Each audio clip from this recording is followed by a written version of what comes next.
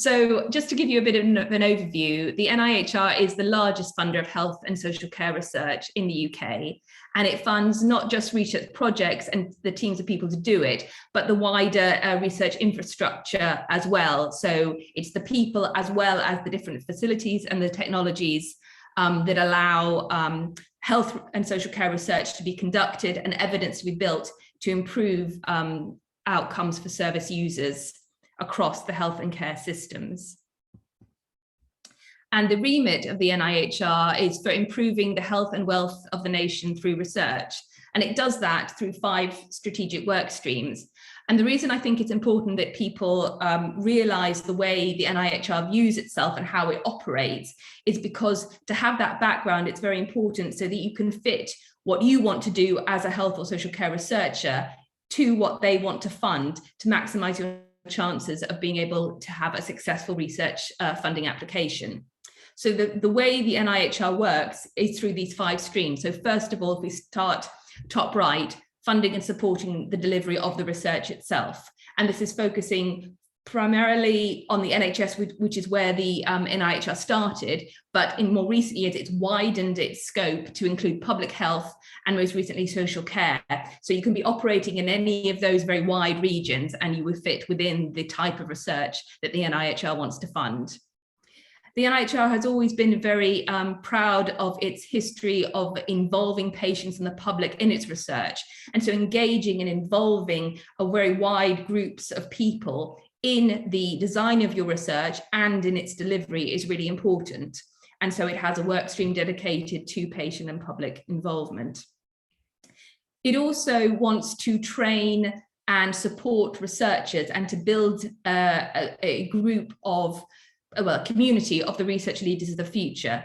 And therefore it has streams dedicated to supporting people through research careers, through the fellowships, which I'll touch on briefly at the end, but also through the infrastructure and the NIHR Academy, it's called. So when you get NIHR funding, you become a member of the NIHR Academy and the various mentoring and mentorship schemes and training that it offers through there. It also supports the infrastructure that delivers the research, and that includes things like the applied research collaborations, the ARCs, the biomedical research units, the clinical research networks that we'll hear from a bit later as well. And then finally, it partners with other public funders, so UKRI, the research councils, charities, and also industry to kind of maximize the benefit of research funding money into projects. And we've seen this growing in recent years, where you'll quite often see a particular funding competition in partnership with the NIHR and a charity. There was recently an RFPB joint with Autistica, for example. We also see it with across research councils. So something like the Economic and Social Research Council will often partner with the NIHR or the Medical Research Council. And this is just a way of kind of sharing pots of money to be able to fund bigger and more sort of strategic level projects. This is an older view of the NIHR. Sort of the graphic is quite dated, but the reason I like showing it is because it really situates patients and the public at the heart of everything that the NIHR does. And I think this is important as researchers for us to keep in mind, both in terms of when we're designing and delivering our research, because it has a positive impact on the outcomes of our work, but also from a tactical perspective in terms of making sure that you are demonstrating in your research application that you are involving service users and their carers and the wider public as appropriate in your research application, and that you have made allowances and changes as a result of this. Now, Fumni and Katie will be talking a little bit about this further on, but I think it's really important that this comes across, because the NIHR, unlike some of the research councils, is an applied funder. So they want to see what change comes about to the care that service users receive as a result of your research. So situating them at the heart of your research application is really important. So before I get into the various research programs, there are three broad ways in which the NIHR funds research. So if we start top left, there's the researcher-led approach. And this is where the NIHR, whichever program it might be, opens up a call and just says to research teams, we want to fund health and social care research, give us your best shot. And this is where you as a research team get together, make a funding application where you are at the beginning making a case for how you've identified your research topic and why it should be a priority for NIHR funding. So you come with your own research topic, your own research question, design, and all of that. This is contrasted to the commissioned route. And this is where that initial work of identification and prioritization of research topics has already been done by various panels that the NIHR hold, and where they then advertise the results of this identification and prioritization work. So every few months or so, they will publish a set of commissioning briefs, as they're called. And this is usually a PICO summary. So they'll say what the research topic or research questions they want answered. And then within that, the patient group or population participant group they're interested in, the interventions they want, the comparators and the outcomes, often as well, the sort of settings that they want, and a little bit of background about why they think that this is something they want to commission. And so if as a research team, you see a commissioning brief that fits within your own interests, that's a really good opportunity to apply. However, if you're not lucky enough to sort of fall within a commissioning brief that is currently advertised, you also have the researcher-led route where you then apply on the topic that you select. So it's just two different ways in which research can be funded via the NIHR. And then finally, along the bottom are themed calls. And this is things that cut across the different research programs and are seen as national priorities in areas of research that need an uplift where there hasn't been enough or sufficient research in recent years. And it's where researchers are then invited to submit applications to any number of programs within that specific theme. So currently, the themed call is evaluation of interventions or services to support the delivery of more sustainable health and care systems in the UK. So again, similarly to commissioning briefs, if your research topic of interest falls within a current theme call, it's important to point that out into your application. And equally, it's important if your research application falls within the remit of a previous call, do point that out, because just because they've had a theme call one year doesn't mean that problem has been solved and gone away and tick, they've done it. It's still going to be of interest to the NIHR that your team wants to address this. In practice, if your project falls within a theme call, what that means is at a funding panel, if they have two proposals on the table that they judge to be equally good, and they only have money to fund one of them, and one falls within the theme and the other doesn't, they'll fund the one within the theme. So in practice, it probably doesn't make that much difference. But again, knowing that you fall within a current or past or ongoing priority is an important thing to point out within your application. So having said sort of the different ways that research can be funded, researcher-led, commissioned, and then via the theme calls, the NIHR has 10 different research programs that fund research teams to answer research questions. And I say this because they also fund a fellowship scheme, which I'll touch on a bit later, but this is for teams of people to answer a research question.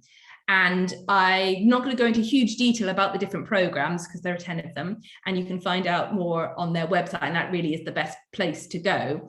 But just to give you an idea of the scope and the breadth, because if you have a health and or social care research question, chances are the NIHR will have a program that will fit within what you want to do or can do with a little bit of tweaking. So the first program is the Efficacy and Mechanism Evaluation Programme. And this is joint funded by the Medical Research Council and the NIHR. And this is to bridge the gap between kind of more university-based, lab-based research, health and social care research, moving into the more applied remit of the NIHR. So although need to be moving on from the kind of work that the MRC does and be asking questions of efficacy in a perfect situation. Is this intervention efficacious? You can also do some of that more basic science work around the evaluation of the mechanisms of action that's driving the efficacy of that intervention. So you can still do that. So it's sort of that bridging one. You then move on to the different programs that are solely funded by the NIHR. So there are ones like HSDR, Health Services and Delivery Research, which are interested in the way services are organized and delivered and have non-clinical outcomes. So looking things like waiting lists, for example, rather than clinical outcomes of patients. The next one is the Health Technology Assessment, the HTA program, and this is the first and sort of the gold standard, kind of the flagship program rather of the NIHR. And the HTA program is the one that funds the big randomized controlled trials of clinical and cost effectiveness that then form the basis for NICE guidelines. So this is kind of the end of the route for many health and social care projects, will be an application for a definitive RCT to the HTA program. Then there's the public health research program, and this is for non-NHS based public health interventions. So again, if you want to do a project that's not based within the NHS, the public health research program may be for you. There's the policy research program, which again is targeting the evidence that projects produce at policymakers. So again, a different focus. Invention for Innovation is looking at medical technologies and devices. And they run product development awards and challenge awards, so different ways. And you often see work between clinicians or social care practitioners, small and medium-sized enterprises and universities going for I4I funding. Then there's program development grants and program grants for applied research. And these are bigger projects, usually with multiple work streams that work together to come up with an applied health or social care project. And these are usually, well, the program grants for applied research are typically sort of million or multi-million pound funding for 5 years. So sort of the bigger stage projects. Research for Patient Benefit is a regionally funded program. And I'm going to come back to this because this is from our perspective, the Research Design Service. We quite often work with RFPB applications, and that's a good starting point if you're an early career researcher. And then finally, just to finish off the types of research programs that the NIHR funds, the systematic reviews, if you're interested in evidence synthesis and secondary research, and also the RIGHT program, which focuses on global health. So like I said, I'm going to talk a little bit more detail now about research for patient benefit, just because it's a popular program for early career researchers. But at the RDS, we can help support application to any of these programs. And if you would like our advice on which one fits your project, do please just register and get in contact with us. And one of my colleagues can help find the right NIHR program for you. The good thing about Research for Patient Benefit, I also want to point out, is that it is now running the Research for Social Care call 2 times a year. So if you're a social care researcher, there is a bespoke call twice a year now run via RFPB, specifically for social care research projects. It's also worth noting that RFPB also will accept social care projects as well. So like all of the other research funding programs, the RFPB has 3 calls a year. So every 4 months, all the NIHR research funding programs have a kind of rolling deadline, or most of them. They all have a rolling deadline. I'm just realizing I think I4I is twice a year. So there might be a little bit of variation, but they run on a kind of rolling basis. So that there is always going to be another call coming. RFPB is a response mode program. So, at the beginning when I was talking about researcher-led versus commissioning, RFPB is researcher-led. So you go as a research team to the panel and have to make a case for why you've chosen your research topic, why it's a priority, and then how it's going to benefit patients. RFPB, again, is a program that's good for early career researchers because it's a sort of a smaller pot of money done and delivered on a regional basis. So it's a maximum of 3 years of funding, up to 350K. this contrasts with something like program grants, like I said, which was sort of a fight up to 5 years and usually around the $1 million+ mark, or a program like health technology assessment, where there is no upper limit in time or money. It's just down to the research team to justify. So going back to RFPB, they run 3 competitions a year on this regular 4-monthly basis. And currently competition 48 is live with a deadline of the 13th of July. But if that feels a bit soon, you don't need to worry, because give it 4 months and there'll be another kind of autumn winter deadline coming up. Again, similar to all the other NIHR programs, it's a 2-stage process. So you make an initial stage 1 application, you then hear back, and you're either invited to stage 2 or you're rejected, and you can think about where you want to go from there. And like I said, it's unlike the other programs where there's a central committee that meets to consider applications from across the country. RFPB is run regionally. So there are 8 regional committees that assess and decide to fund applications. So from a tactical perspective, for those of us in the Southeast, instead of our region is the Southeast and South Central region. So like I was saying, tactically, if you think about the big universities and hospitals in our patch, we have obviously Kent, Surrey and Sussex across into Southampton and up into Oxford. So we do have some of the big players, but we don't have London on our patch. We don't have some of the northern universities and hospitals. So again, it's a sort of a different pool compared to some of the other programs that consider on a national basis. And the RFPB has a very broad remit, supporting qualitative, quantitative mixed methods research, addressing any question within the NHS and social care, although like I said, it does offer this twice yearly research for social care bespoke program as well. And as it says in the title, having a clear trajectory to service use benefit is essential. Oh, yes, sorry. Oh, sorry, Claire, you've got 5 minutes. Oh gosh, I need to hurry up. I will hurry up. Thank you, Anya. Success rate is around 19%, which is standard for pretty much all of the NIHR programs and for any research funder, to be honest. RFPB runs under different tiers. So like I said, there's the 3 years and 350K limit. But within that, there are different tiers depending on the type of research you want to do. You can go up to the full 350K if you're doing a definitive study that is going to bring about swift change to practice that brings patient benefit. 250K is the maximum if you're looking at feasibility or pilot studies. And if you're interested in a research question that's a bit higher risk, and by higher risk, they mean a little bit further away from patient benefit, it's a top of 150K tier 3. It's worth noting the Research for Social Care call do not have this tier system, so you can go up to the 350K regardless of what you're doing. Very quickly, this is just to show you how long it takes for any application to be considered.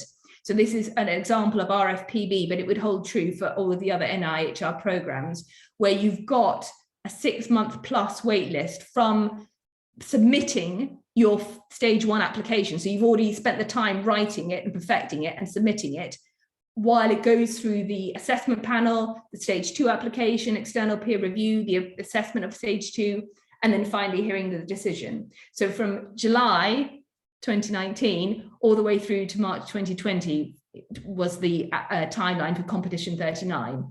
So always worth being sure that you're ready to submit, rather than knowing that there's in 4 months' time there'll be another stage 1 deadline, rather than waiting 6+ months on something that you knew wasn't perfect. So it's always worth being realistic about the timelines involved.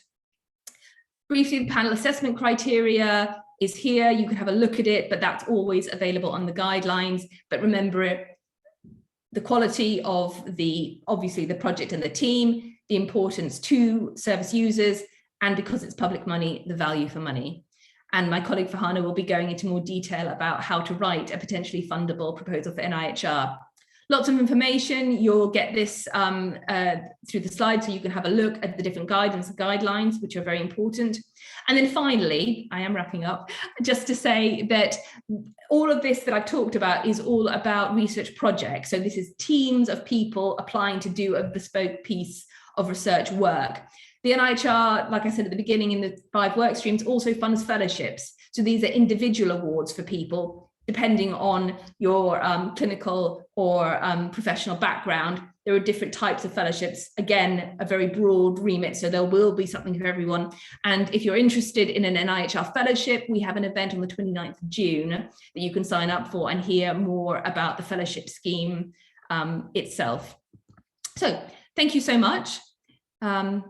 If there are any questions, let me know in the chat and I will get back to them.